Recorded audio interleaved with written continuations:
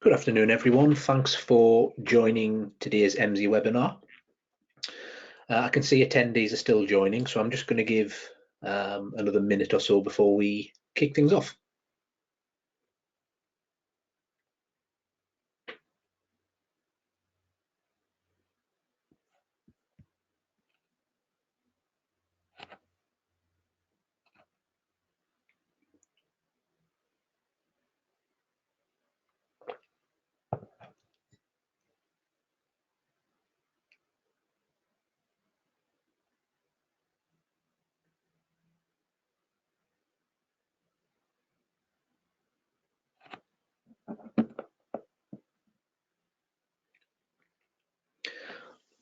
Okay, I think we'll make a start.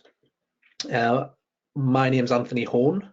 I'm delighted to be hosting our webinar today. Another academic year is underway already. I know curriculum planning isn't far from everyone's thinking, so hopefully we'll have some useful and timely content for you today.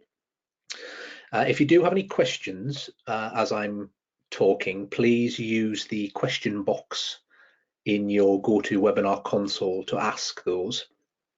If I don't get the chance to cover any questions at the end of the session, then I'll reach out to you directly afterwards via email and be delighted to have a chat. So I'm Anthony Horn from EMSI Burning Glass. I lead our sales and engagement activities here in the UK. What we'll cover today, a reminder of why we're talking about this, why we're talking about curriculum alignment, why it's such a hot topic right now. And then we'll introduce what we are calling the ABC of curriculum alignment. So what are each of those steps and what are the kinds of things you should look at to help with your curriculum alignment in curriculum planning season?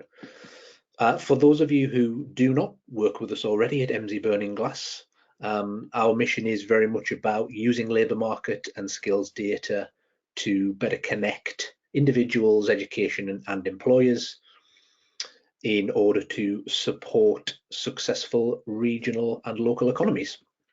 So a very relevant mission to what we're talking about on today's session. Let's first of all then have a look at and a quick recap on the external environment, the external focus on the FE sector here in the UK right now. Why is curriculum alignment in the spotlight and why is it such a relevant topic to be talking about today? Well, we all know that there's been a big focus from UK government and the Department for Education on FE.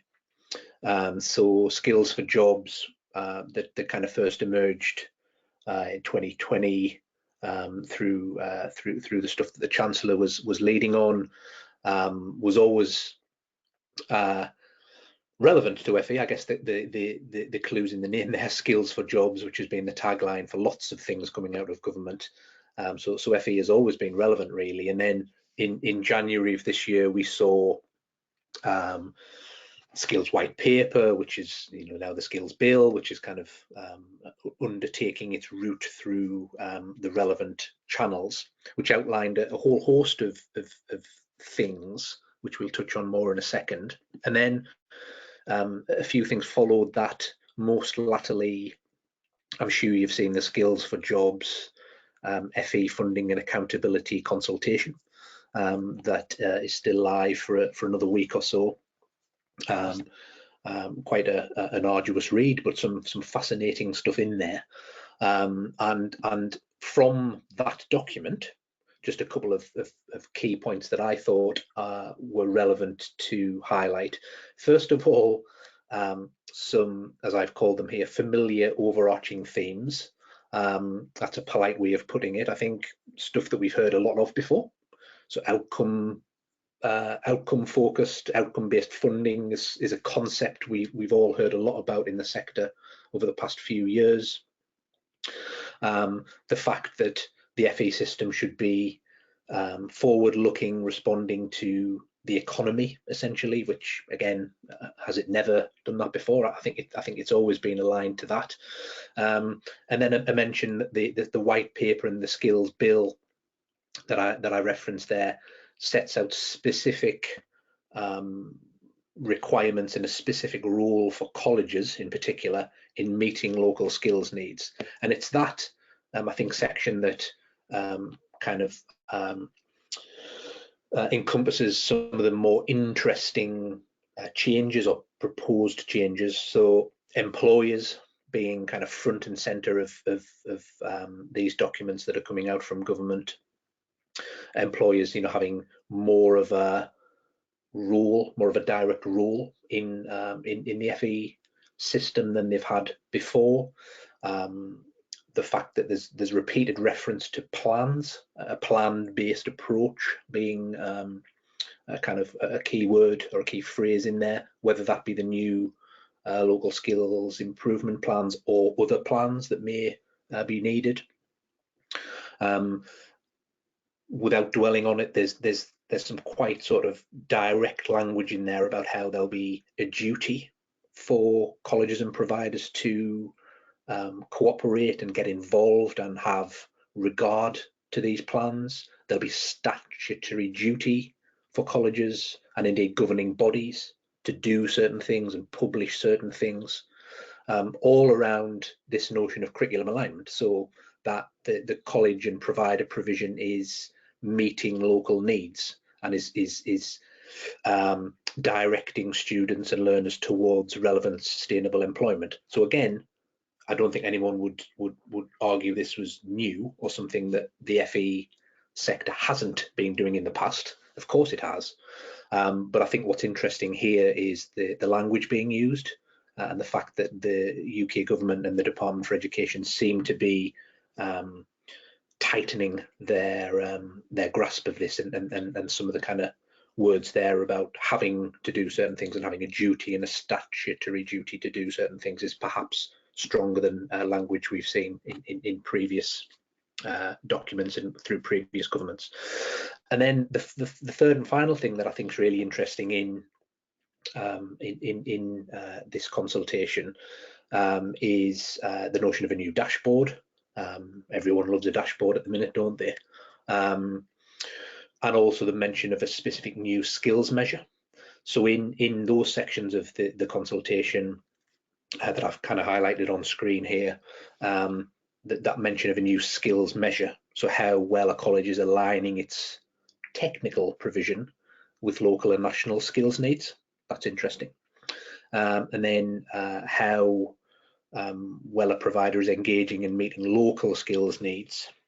So that mention again of local skills needs there, including balancing provision across different sectors through different levels of provision, through different types of provision, and how, for example, local skills improvement plans and other plans, I assume, will kind of set the scene for what colleges and providers should be doing. So lots of interesting stuff in there, and it's certainly fair to say that the sector's under a lot of scrutiny right now. Now, of course, there have been recent ministerial changes, which can often mean other things change, but I'd be surprised if this was scrapped completely. It seems to be a clear direction for government and the department, and so I'm sure we'll see lots of these things coming into operation in the coming months. So that is why we think these 3 steps that we've outlined kind of give a fairly pragmatic and logical framework to allow you to put the building blocks in place to meet some of those impending requirements and some of those impending statutory duties that you're all going to have to adhere to. So let's kind of talk through those in turn. First one then, how do you assess your local labour market? Well, I think the key word here is local. Where is your local labour market? Is that a town? Is it a city? Is it a bigger region? Is it a LEP region? If we think back to those government documents we've just touched on the skills bill and this new guidance out for consultation with providers. A common theme throughout those documents is that notion of meeting local and regional need. Although it's mentioned, there's not as many mentions of meeting the needs of the UK-wide labour market, for example. There's lots of mentions of that local and regional element. Now, that's not to say that UK-wide headlines aren't helpful. So understanding dynamics in the UK-wide labour market are indeed useful to give that bigger picture and can often hint at trends that we may well see coming through at a local and regional level. So let's kick off with some UK-wide data. What we're looking at here is essentially changes in employer hiring activity across the UK from February 2020, so just before lockdown, through to August 2021, so August of this year. We've been tracking the volumes of those activities by high-level sectors on a daily basis. So we see on screen here a mini chart for each high-level sector across the UK labour market. So on each chart that you see on screen, the black horizontal line in the middle of the chart shows the level of postings, job postings from February 2020, and then the green line shows the trend of how that volume has been trending each month, each day, in fact, through the months from February 2020 onwards. Headlines, we see some sectors held up reasonably well throughout the past 18 months or so. So health and social work, perhaps unsurprisingly, saw pretty sustained demand for jobs throughout. Then we also see some sectors like accommodation and food services at the top left of screen and the arts at the top right of screen. They saw huge drops off in employee recruitment activity across both main lockdown periods. And then in aggregate, and remember this is UK-wide data, the picture right now to the right-hand side of all of the mini charts there, it's looking pretty good. So all of the sectors are there or thereabouts in terms of recruiting back at volumes we saw pre-pandemic. But we are talking about pretty high-level industry sectors here. And remember that each of these sectors will be made up with a vast array of different jobs. So I would pose the question, how useful is this UK-wide picture for the nitty-gritty of detailed, localized curriculum planning and alignment? Perhaps it's not that useful at all, really, but it's interesting to give us that that high-level view of what's going on. Even if we look at this next chart here on how regions have been trending, so it's similar data that we've just seen there. So this is job posting volume and how that's been trending since pre-COVID. We see quite a lot of difference by region. And again, we're looking at all jobs here, so it's pretty high level stuff, but we see regional differences right off the bat. This is not the most intuitive chart to read and understand, so apologies for that. But let me explain the key points. What this chart is essentially showing is the change in job posting volumes. Across the horizontal axis, that's between April and August of last year versus April and August of the previous year, so the pre-COVID labour market.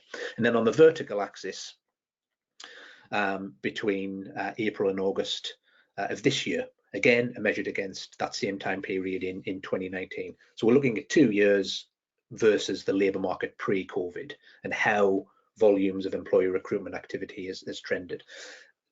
There are 4 quadrants that you see on screen, and they're the key things to take away from this. So those regions that are in the top right-hand quadrant, they've performed best. So they've been least badly hit throughout the COVID era.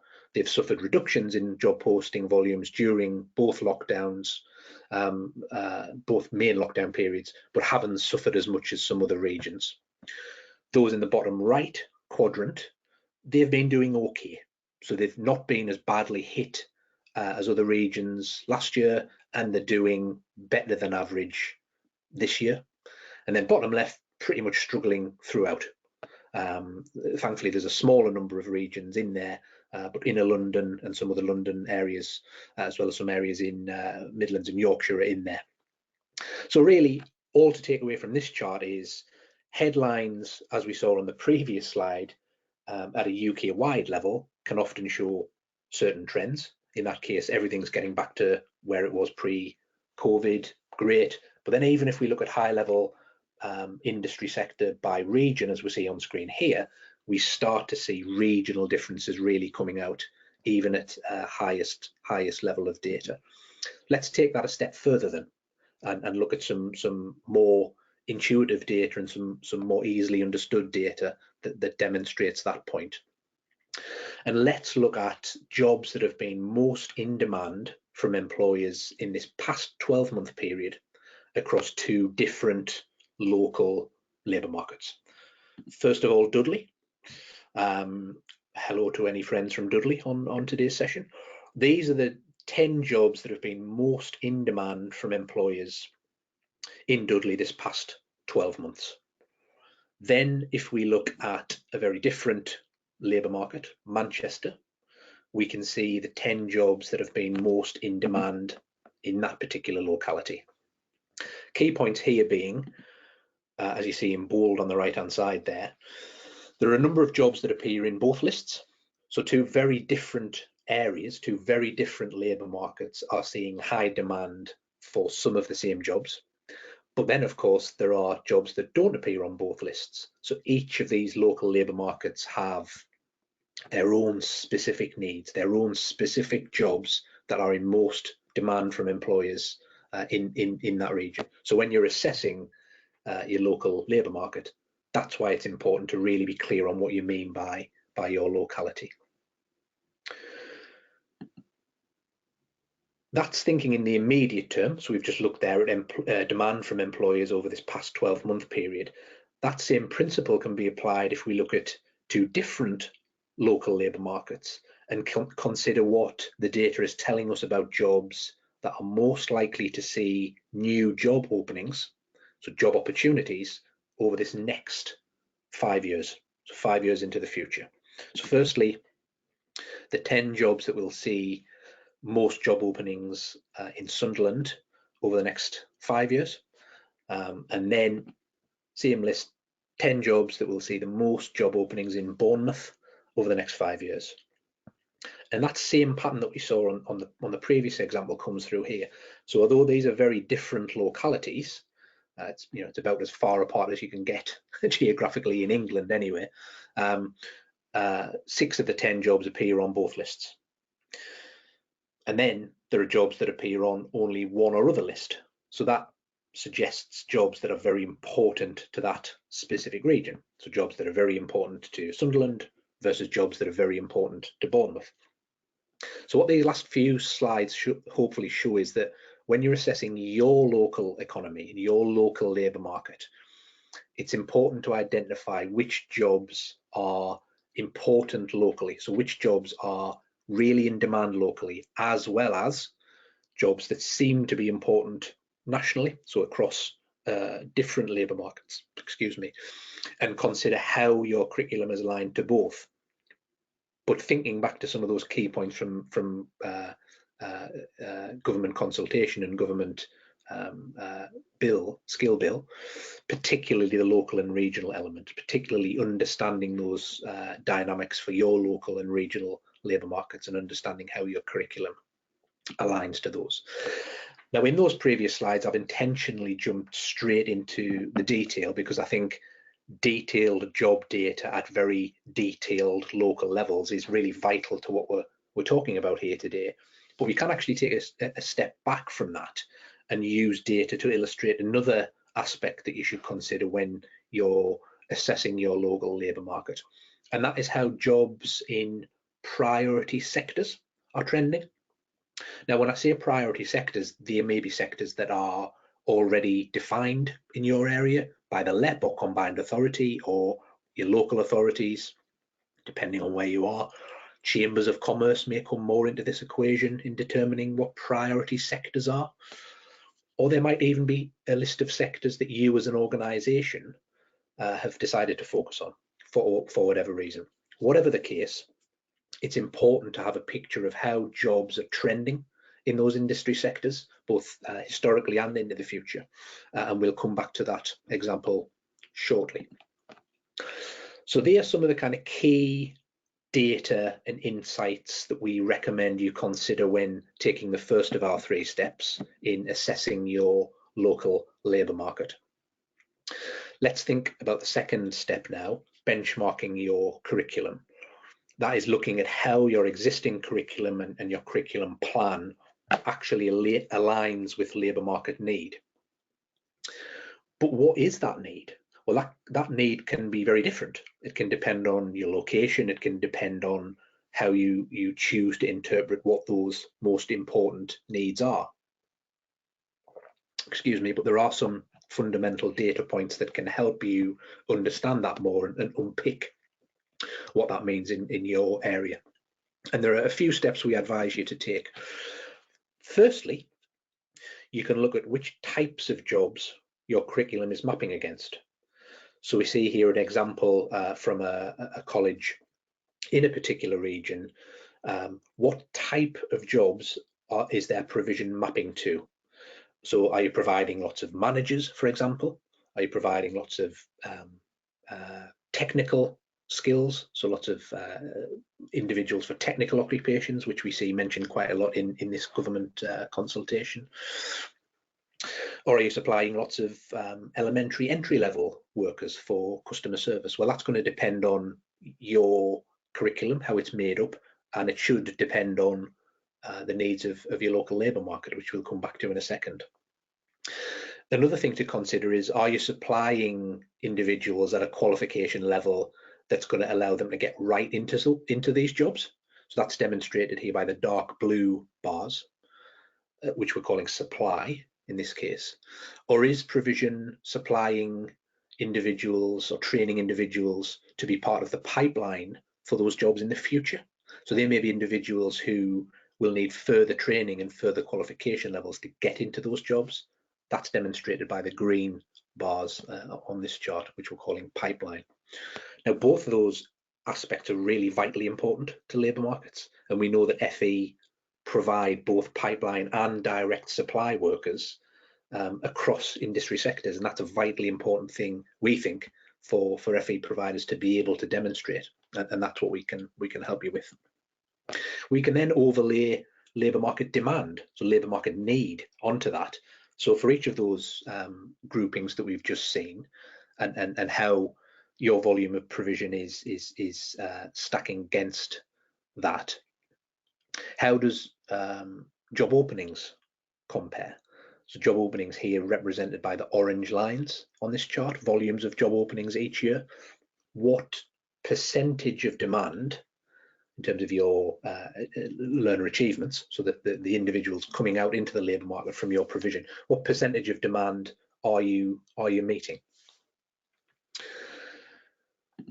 Remember, we saw this next slide a few slides back. So in the previous section, when I was talking about assessing your local labour market, understanding key priority sectors in your locality and how jobs are trending there, we can, of course, map provision to those sectors as well. So we might pick out 4 or 5 or 6 priority sectors and help you demonstrate how, again, you're meeting the immediate supply job needs in those sectors, and also how you're supplying pipeline workers for future job openings.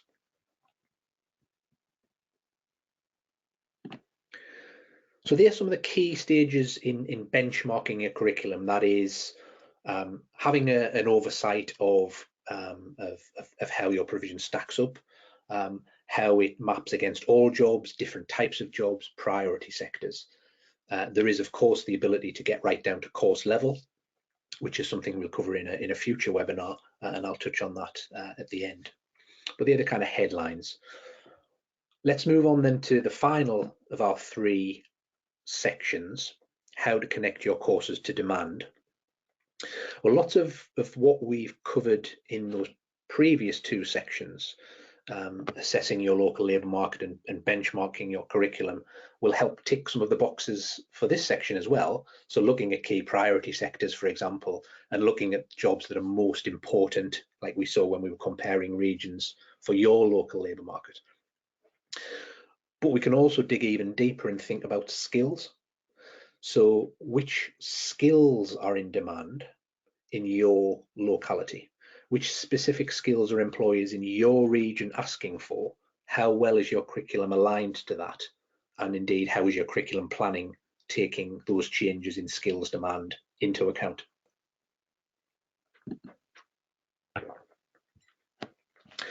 I'll demonstrate how data can help here by again comparing some different local labour markets.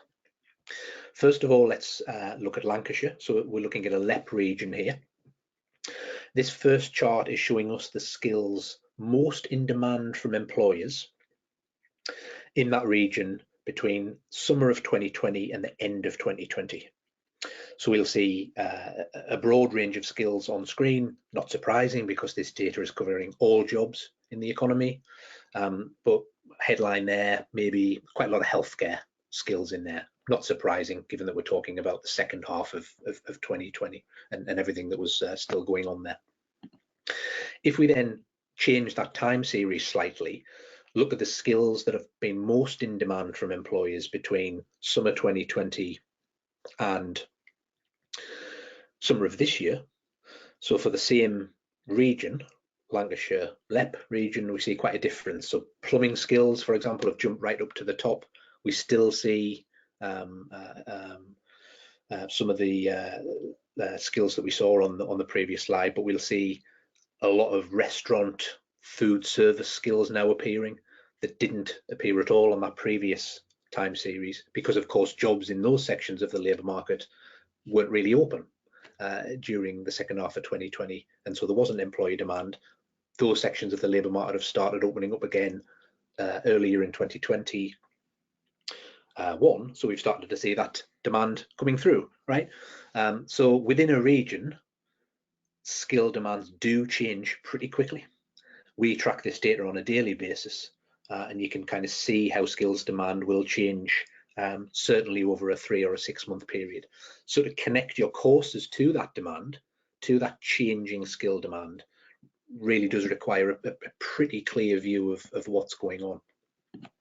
And then a final example from me to demonstrate that same point. Here now we're looking at the Leeds City region. We'll use those same time periods that we'd just looked at. So firstly, skills most in demand from employers in the Leeds City region between summer 2020 and the end of 2020, so that 6 month period there.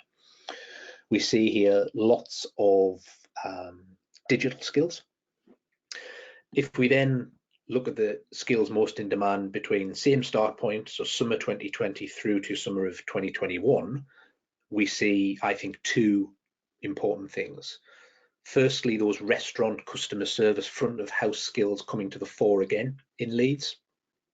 That again is skill demand reflecting movement within the regional economy at a sector and job level. So what I mean by that is restaurants and hotels and bars have opened up again. So all of the jobs that are serving those sectors have become in demand again, and the skills that are needed to service those jobs in the Leeds City region have really jumped to the fore.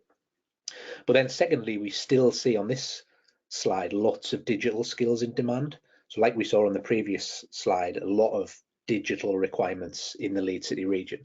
That shows an ongoing need for those skills in Leeds, suggesting perhaps a specialisation locally.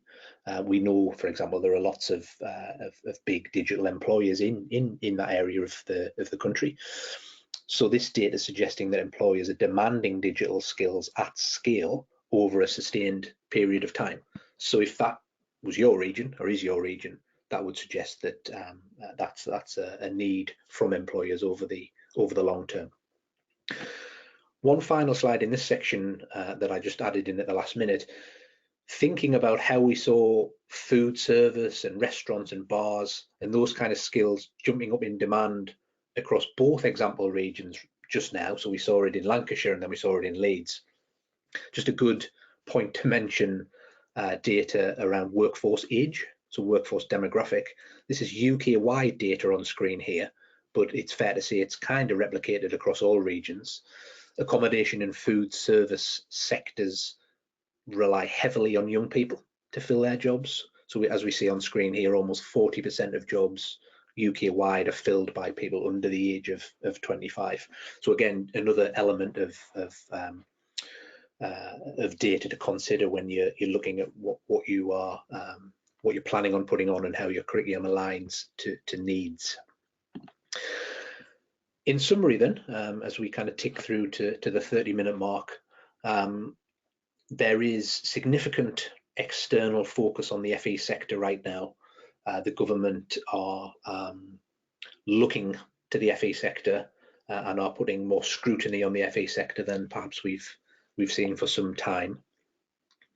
And one of those big areas of scrutiny is around meeting local needs. Now, of course, local needs isn't all about jobs, but the labour market and jobs and employment certainly are a very important element of local need, and are certainly a big thing in the minds of the government and the Department for Education. And so aligning curriculum to labour market needs is really, really fundamental at the minute. As we've seen though, hopefully regional labour markets can and will be very different. There'll often be similarities and jobs that are just in demand in all areas, but there'll always be differences. There'll always be regional and local nuance that we strongly advise you take into account and understand that through your curriculum alignment. But the good news is we are here to help. That's what we do. That's what we're excited by and what we are passionate about. So we want to help you to understand your local labour market, your regional labour market, and how your curriculum does and can align to that. They're the three areas that I've introduced today. We do have a follow-up webinar, and if you haven't already, please do sign up to that. It's on Monday of next week. If you can't make it, please do still join up, because you'll be sent a recording. And on that webinar, I will be joined by our Director of FE, Ben Owen, who is going to join me in talking through how our FE Analyst tool can help you to access this data directly. So putting some more meat on the bones of what I've introduced today, we'll hear some examples of how colleges are already doing this, how they're already going through the 3 stages of curriculum planning and curriculum alignment. You will be sent the link to that webinar in our follow-up from today. You'll also be sent a recording of today's webinar, so please do feel free to share that with colleagues. That's it from me. Hopefully some useful and timely insights in that session for you today. Do reach out to me if you'd like to speak beforehand, but if not, please do join us on Monday for our follow-up webinar, where we'll dig a little more deeper. And I look forward to speaking to some of you in the very near future. If there are a couple of questions which I can see just on my system have filtered through, I'll drop a line to you individually and answer those. In the meantime, though, thanks for joining us. I hope it's been useful, and see you again soon.